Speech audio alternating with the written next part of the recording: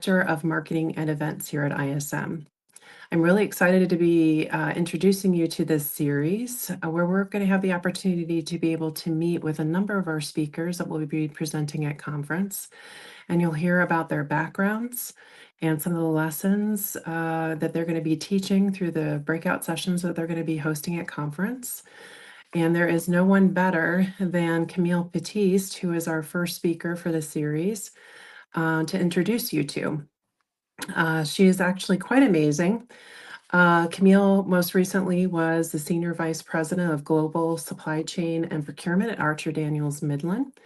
In this role, she oversaw the global non-commodity sourcing supply chain transformation and led the end-to-end supply chain. She also was a member of the Executive Council at ADM.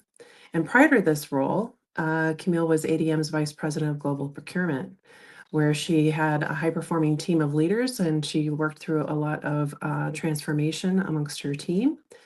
And before ADM, Camille had spent 20 years at Honeywell International, where she started out her career as an engineer and got certified with her Six Sigma Black Belt, and then moved over early career into procurement in the supply chain and continued to work her way up into continuing leadership roles, working on materials and technology and aerospace business units. And in 2018, Camille was named the top businesswoman in Illinois by the Illinois Diversity Council and was one of the women worth watching. Camille holds a bachelor's degree in arts and sciences and chemical engineering and economics from Stanford University and has hit her MBA from Louisiana State University.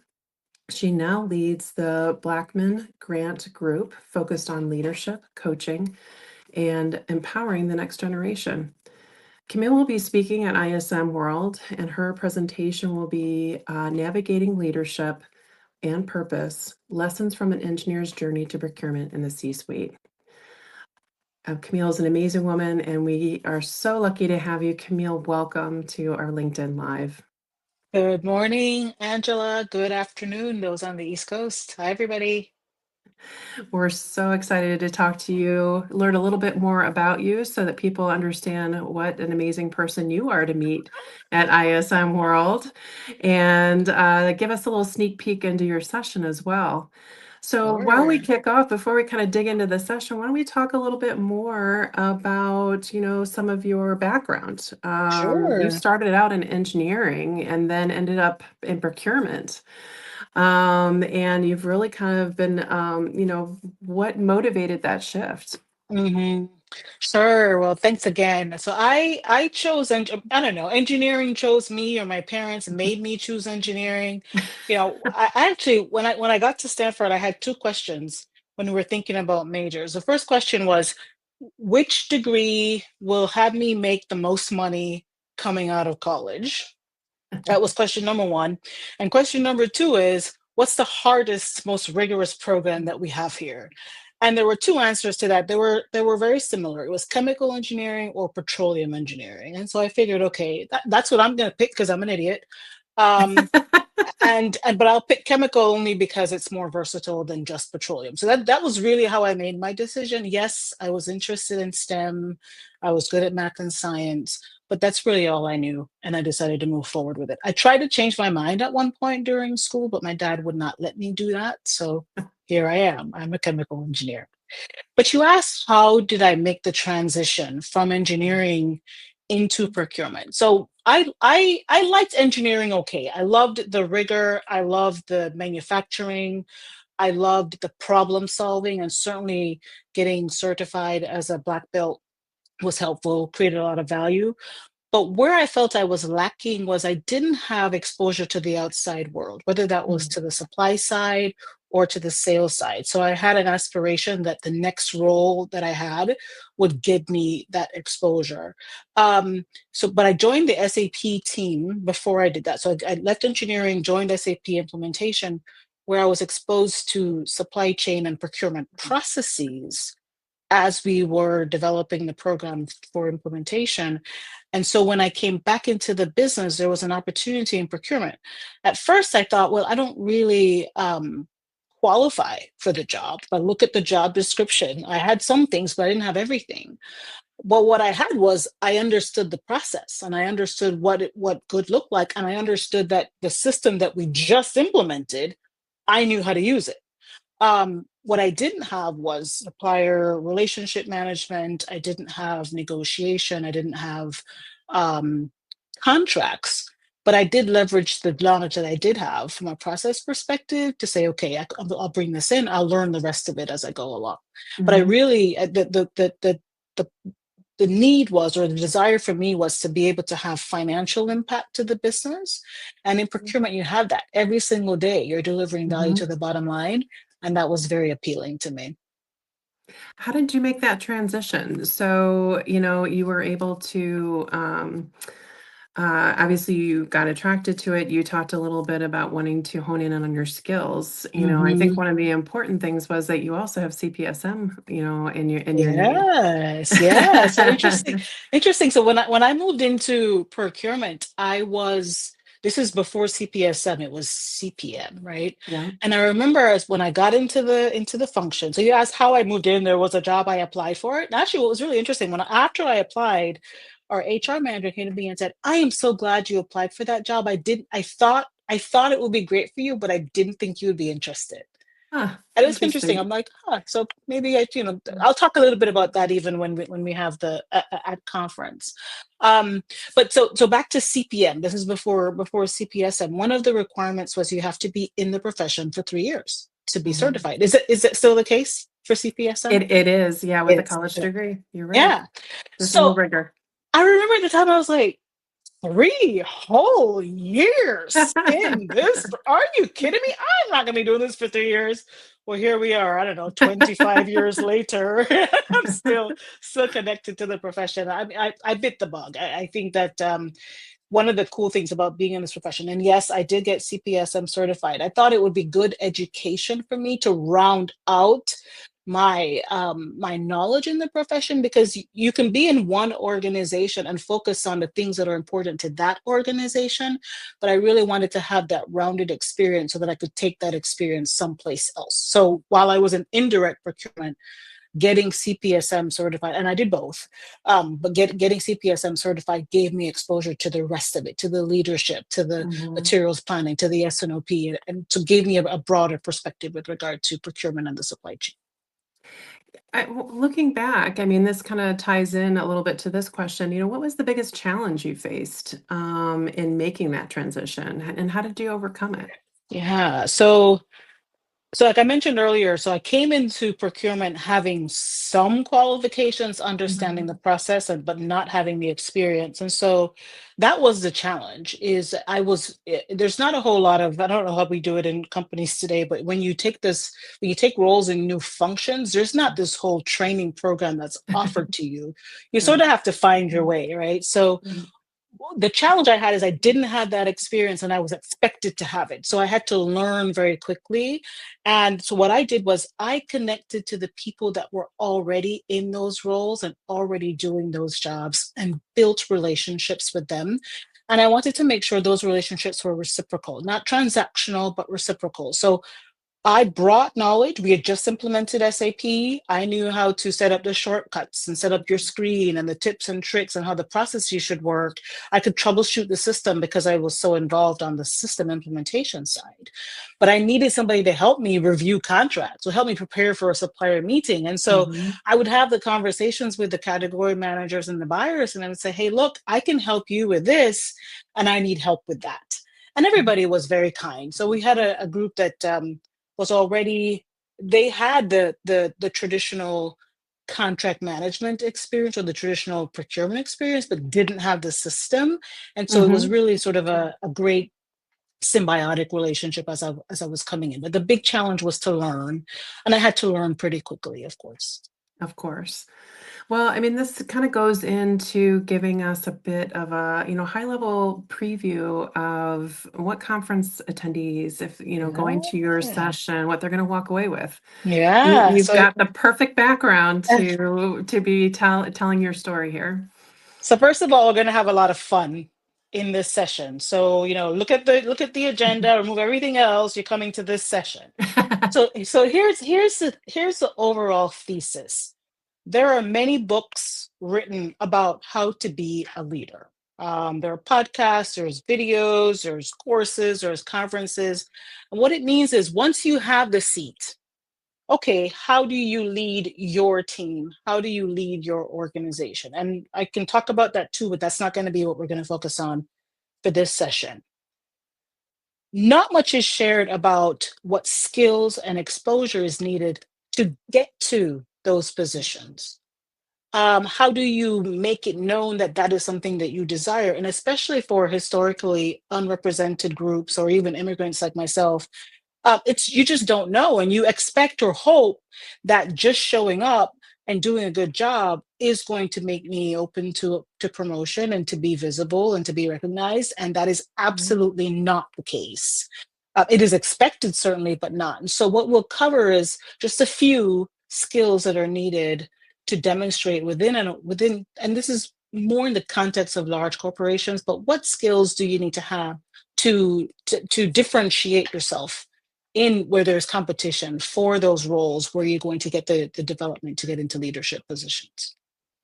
Well, and I would say from your experience, it's it's there's the skills and there's also probably the mind shifts. So what Indeed. what what were some of the mind shifts that you've kind of, experienced in your own career, as Mhm. you've kind of risen up to executive leadership?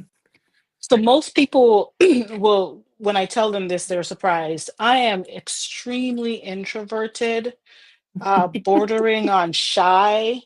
Oh I my did not goodness, see Camille, I'm shocked. people No that way. I I would get in trouble for not speaking to people.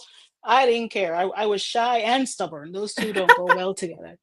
But what you realize, in order to be effective in your career, the most important thing is being able to communicate and communicate effectively. So where my Mhm, mindset was, I'm smart, I can do differential equations, I can solve problems. Therefore, I am going to progress in my career. And the shift was, I have to be thinking not so much about me and what I can do, but what is bringing value to the organization. What mhm, is going to make the organization or help accelerate the organization to meet their goals? And that is typically not associated with my technical capability. It's associated with how I can communicate that so that I can bring others along, because I'm not going to solve the organization's problems. We are. And the only way to mhm. get we together is for us to have that teamwork. And for us to do that, we need to talk to each other. And so the mindset shift for me was, it's not just about me, it's about bringing everybody along, and then and then communicating those results so that somebody else can take it to the next level. So it's all about being open and intentional about communicating, both for your own career progression, but also that the organization will get the value that you're trying to provide. Thank you. I mean, that's really amazing. And you've led major transformations. And this is a time of chaos and transformation now. So, talk about that in terms of the leadership lessons that you've learned that you think that would be Mhm. very applicable to today Mhm. and that you'll be talking about. So you mentioned that I spent 20 years at Honeywell. Mhm, And I would say, when I think about my leadership lessons, my transformation lessons, who I am as a leader, that was all built in my Honeywell days. And so I'll share a couple of takeaways from my time there. So the first one is setting aspirational targets that are seemingly impossible. And if you think about the transformations or the shifts that we see today with technology, somebody had to think outside the box. Somebody had to mhm. say, let's try something that's never been done before. And I really learned that at Honeywell. I didn't like it, especially when we started, well, you just do this and that. No, it's a trade off. No, there's no trade offs. You get everything. I want it all. What? What do you mean? Or, instead of 2% improvements or 5% improvements, double the results. What do you do? But what allowed us to do is to take the approach of that can't be done, and start thinking Mm, about, well, what will it take to make it happen? I had a mentor at Honeywell share with me, he was a guy in IT, and he just said one day, he's like, look, anything is possible with enough time and money. And I was like, you're right. Okay, well, then give me Yeah. $1 trillion and I can make it happen. So, but what it does though, it shifts the mind in what can be done, and we start thinking about then how do we start to remove barriers instead of placing barriers in front of us. How can we get together and think about removing barriers to get to that aspirational goal? And the thing is, you may not get there, right? If the aspirational goal is to go from 5 to 100, maybe you get to 90. But we can feel Mhm. good about 90 because it's a whole lot better than 5. And so that's a mindset shift in transformation that I was able to deploy for later transformations. The other one is to have the right people in the right seats. We all have our strengths, we all have Mhm. weaknesses. Having people in places where they can deliver to their strengths is so critical. There's some areas that I don't do well. I don't do well in chaos. That's just not a strength of mine. So I have to surround myself with people who do. And I make sure that I do that. Well, that's amazing. So career journeys, have really evolved over the last few years. Can you talk about some of the emerging trends that people should be paying attention to in their own career Yes. journeys? So somebody who is starting their career today is going to have a very different one than the one I had. I spent 30 years in corporate America with only 3 companies, and really two that I spent more than 2 years. I see much more mobility today than we had, and I think we had more mobility than the generations Yeah. before us. And I applaud that because I think the more different experiences that we have, it gives us a more rounded perspective, and it allows us to be better implementers because we've seen more things. And so I've been in situations where somebody has been in only one company, and so they've only seen one way of doing something. And Right. then as you bring in other perspectives, it's sort of why you have diversity of Mhm. experience. It brings better answers than you would have otherwise. So I do applaud people making those changes, whether it's in the same company and you're changing functions, or you're changing companies. I can say that now freely because I'm not in a company. So, but I do applaud that. Certainly, AI has become a game changer in how we do things. When I was Mhm. coming of age, it was this new thing called the internet. And that was going to be a Yeah. game changer. And I'll tell you a quick story on the internet. I remember this is back in the 80s. My brother was really into computers. This is like Commodore 64 days, if you remember Yeah. those. And I remember him telling my mom, who is in her 90s now, that there will come a day that not being able to use a computer will be as if you are illiterate. And of course, she didn't buy it. Oh, you don't know what you're talking about. Today, she realizes she's calling her kids to do a search on the internet because she can't do that. Mhm. And so I think when you think about AI, a day will come that this is just going to be how we work and how we do business and how we operate. And I don't know what that's going to look like, but agility and adaptability, those are the skills that are going to take the next generation to the next level. Absolutely. Because we're going in with uncertainty, we're going in with a bit of ignorance. Nobody knows what the future Yeah. is going to look like, but we need to have a perspective. And you mentioned earlier, Angela, mindset. We need to have Yes. a growth mindset going into the future because we don't know what it's going to be, but we need to be ready for whatever it brings. Yeah, I mean, continuously learning, right? Indeed. So what would be one key takeaway or insight that you hope that attendees coming to your session are going to walk away with? All right. So, first of all, I want people to leave the session energized and inspired and ready for transformation. The key takeaway is I'm going to ask each attendee to change one thing in how they approach their career, to change one thing the day they get back to the office, and in how they approach it. Could be in communication, it could be in how they set their goals, it could be in how they communicate their goals and their results and aspirations. So that's one. Attendees will leave the session with a gift of a free coaching session with me, and so Ah, they can prepare for that. And that's so I'm amazing. really looking forward to having those conversations and getting to know people a little bit more closely coming out of the session. Well, Camille, like getting to know you over this past time, it has been amazing, and I can't imagine. the opportunity of having a coaching session with you. That's truly incredible, and thank you. Which leads me to Angela. my last question. You know, part of the mix of what you have done in your career has also included a portion of giving back. You have been on the ISM board, you're doing things like this session, you've gotten really involved in the professional community. Tell us a little bit about how that's been a part of your career journey Mm, mix, and why is this important to you? Thank you. Um, I'll speak about the ISM board, and I'll speak about why I care so much about coaching.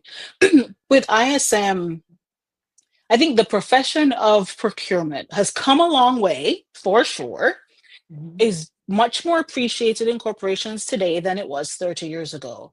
But there is still a lack of investment, meaning from the companies that we work for. Even as much value as procurement is provided, the investment that we make in procurement talent is still not enough. And I really appreciate ISM in really elevating the profession, bringing the tools, bringing the training, bringing the networking and the community so that we can be better together. And so I definitely support that because I think it's critically needed for procurement and supply chain in general, but for procurement, because that's where I spent most of my career. So that's why I love investing and staying in touch and supporting ISM and speaking at ISM World.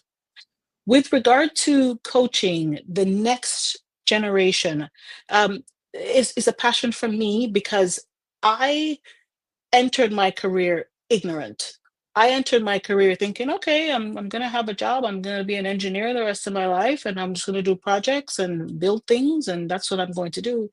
And I had no idea of the skills and tools and resources that I needed to tap into and to realize that in order to build my career, in order to get to the next level, the fact that it was even possible to get to the next level was news to me. And so making that information available to young people like me who didn't have it, I just feel like it's important because if we want to see the intelligent, the smart, I say kids, I'm sorry, they're not kids. The emerging, if you want to have the right emerging leaders that are bringing Mhm. those really great ideas to our organizations, we need to equip them with the tools to be noticed, to be promoted, Yes. to have the right experiences in the organization. I didn't have it. I didn't have that early in career. I got it later on, which I'm very thankful for. But I'd love to be able to make that available to young people in our organizations. That's really amazing. Now I'm not gonna let you off the hook just yet. We're gonna take a few questions from those that are joining us. So thank you, everyone. Now's your time. If you haven't put your questions in, to please put them into the chat. We've got our first question from Mark, and he says, I need to transition from what I am doing to procurement. The skills may most likely disappear. What advice can I get on this platform? Mhm. Hi, Mark. Thank you for the question. I think what I'm hearing is that you want to come from another function into procurement and you want to understand how can you leverage your skills to be successful in procurement. If we think about what makes a good procurement person, what is that? It's someone who listens. It's somebody who can calculate value and and communicate, somebody who communicates effectively, somebody who negotiates effectively, somebody who has financial acumen. All of those skills, I don't know where you're coming from, so you likely have some of those, and everything I mentioned is learnable. Nothing is an innate skill that cannot be learned. So most people 30 years ago coming into procurement did not know procurement. They learned it on the job. Today we have courses, we have ISM, and that's another resource for you. So just don't stay away because you feel like you don't have the skills. Every single skill needed to be effective in procurement is learnable, and you're in the right place today. Yeah.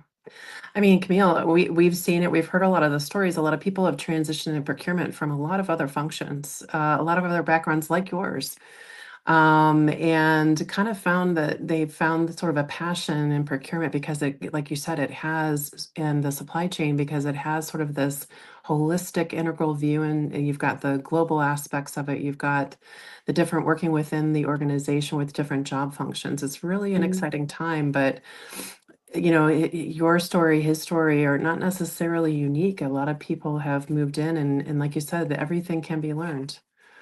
Indeed. So, one other question that kind of came in here is, if you've gone to a number of conferences, and what advice would you give to attendees that has proven to be successful for you in terms of here's the list of the things I'm going to accomplish, Mhm. at this conference to make my experience successful?